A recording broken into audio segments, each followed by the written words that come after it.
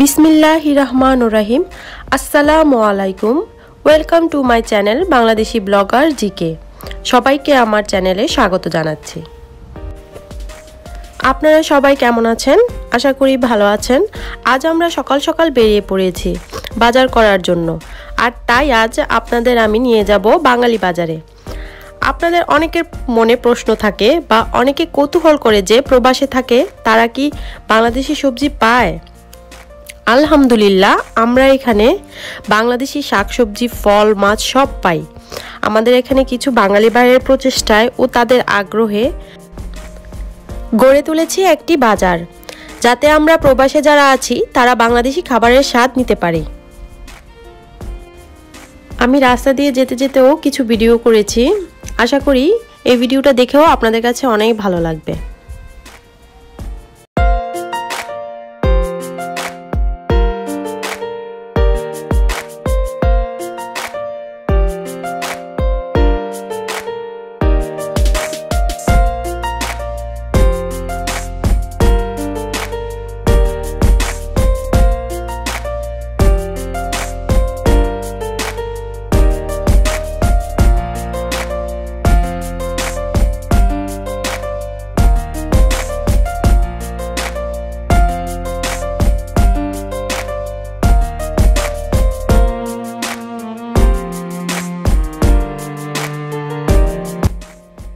এই তো আমরা প্রায় চলে এসেছি।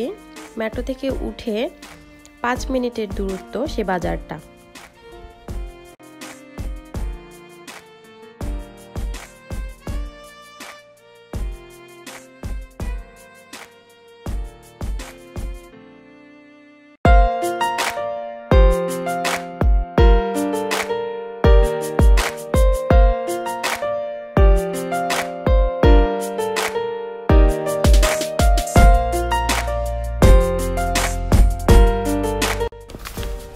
চলে এসেছি আমরা সেই বাজারটাতে। এটা বাজারের সামনের দিক, আর বাজারটা দেখতে বিশাল বড় ও বাজারে ঢোকার জন্য চারিদিকে দরজা আছে।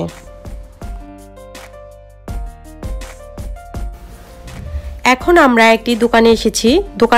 দোকানে দেখছেন সব ফ্রেশ শাকসবজি। এপাশে যা আছে তা এখানকার সবজি।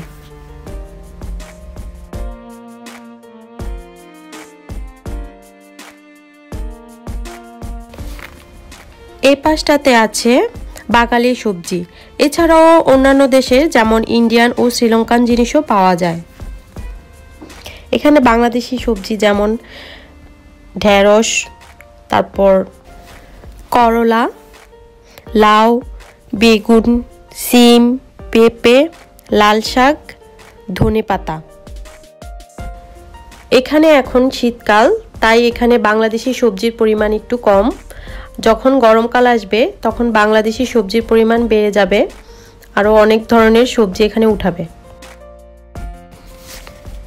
এখানে দেখছেন অনেক রকম মাছ, চিংড়ি, সালমন, অরাতা, স্পিকলা, শামুক।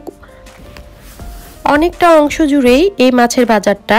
এই বাজারের বেশিরভাগ দোকান বাঙালিদের।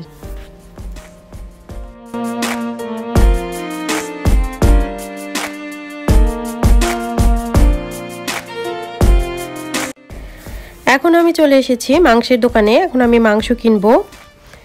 এখানে সব ধরনের মাংসই পাওয়া যায়। এখানে সব হালাল মাংস।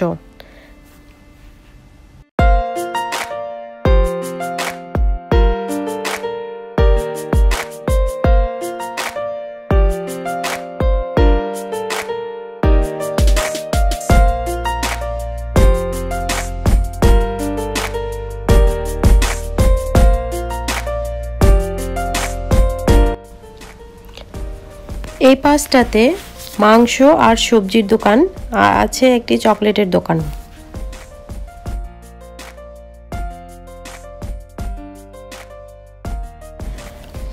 আমাদের বাজার শেষ, এখন আমরা বেরিয়ে গেছি। বাজারের এই পাশটার বাহিরের দৃশ্যটা এরকম যে এই পাশে এটা হচ্ছে আরেকটা মার্কেট। এখানে বাঙালি সব কাপড় বিক্রি হয়। এটা একদিন আমি শ্যুট করব। তো এখন আমরা চলে যাচ্ছি।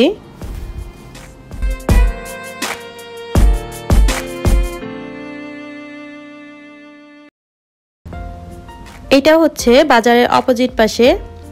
এই পাশটাতে রয়েছে একটা বিশাল বড় পার্ক। এই পার্কটা আজ দরজা বন্ধ, তাই আমি ভিতরে ভিডিও করতে পারিনি, বাইরে দিয়ে ভিডিও করছি। ইনশাল্লাহ একদিন আমি এটার ভিতরের ভিডিওটাও আপনাদের করে দেখাবো।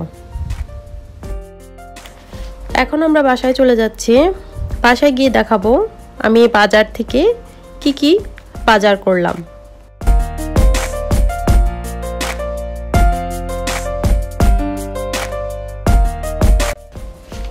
বাজারটা আমার বাসা থেকে একটু দূরে, তাই আমি অনেক বাজারই একসাথে করে ফেলি। প্রায় 15 দিনের বাজার আমি একসাথে করে ফেলি। আমি বাজার থেকে কিনেছি চিংড়ি মাছ, তারপর আমার আদা রসুন শেষ হয়ে গিয়েছিল, তাই আদা রসুন, ধনিয়া পাতা, কাঁচামরিচ, এই যে দেখছেন টমেটো, পেঁয়াজ, সিম,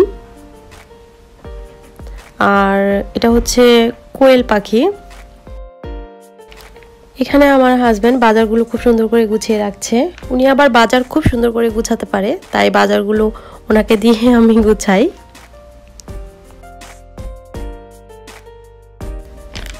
আমি আজ রান্না করব গরুর মাংস।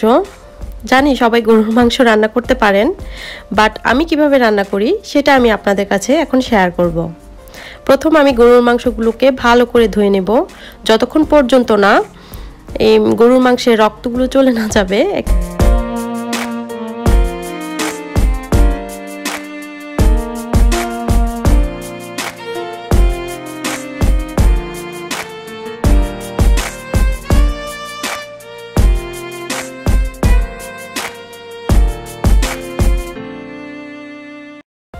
আমি এখানে গরুর মাংসগুলো এই ছাঁকনিতে 10-15 মিনিট রেখে দিয়েছি এভাবে, যাতে পানিগুলো ঝরে যায় আর মাংসগুলো একটু শুকনা হয়ে যায় সেজন্য।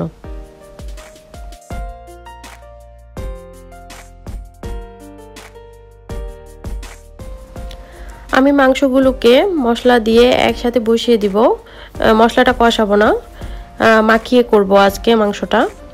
আমি এখানে মাংসের মধ্যে দিয়ে দিব পেঁয়াজ। আমি এই মাংসটা রান্না করতে পেঁয়াজের পরিমাণটা একটু বেশি দিই। পেঁয়াজ দেওয়ার পর আমি দিয়ে দিব তেজপাতা, এলাচ আর দারচিনি।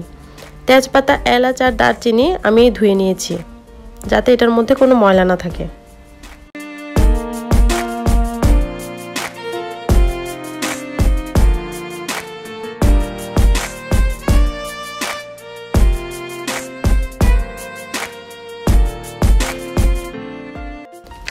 এখন দিয়ে দিচ্ছি তেল, সেটা পরিমাণ মতন দিব।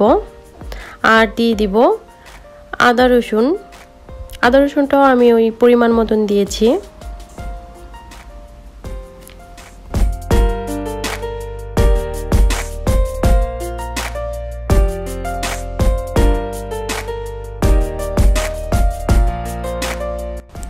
এখন আমি এখানে শুকনো মশলাগুলো দিয়ে দিব ধনিয়ার গুঁড়া 2 চা চামচ, তারপরে দিব জিরার গুঁড়া, সেটাও আমি 2 চা চামচ দিয়ে দিব।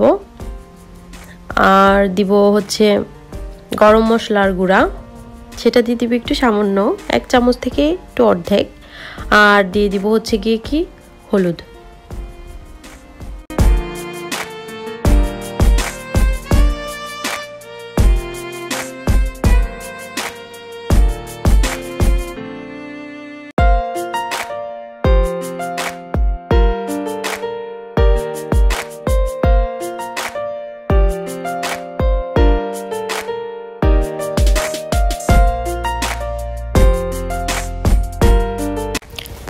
এখন দিয়ে দিলাম হাতে করে লবণ।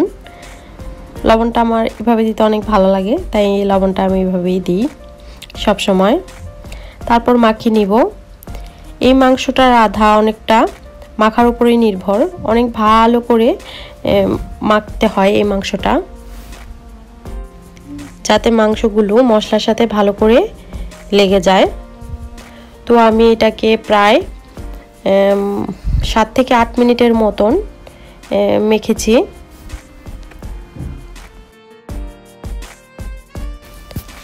মাখা শেষ হলে এটাকে আমি 15 থেকে 20 মিনিটের মতন ঢেকে রেখে দিব।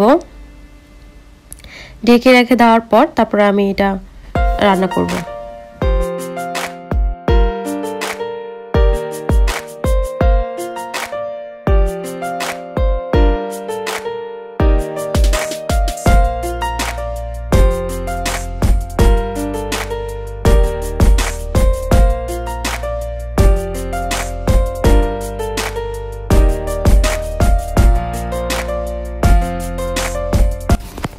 মাংসটাকে এখন আমি চুলায় বসিয়ে দিচ্ছি।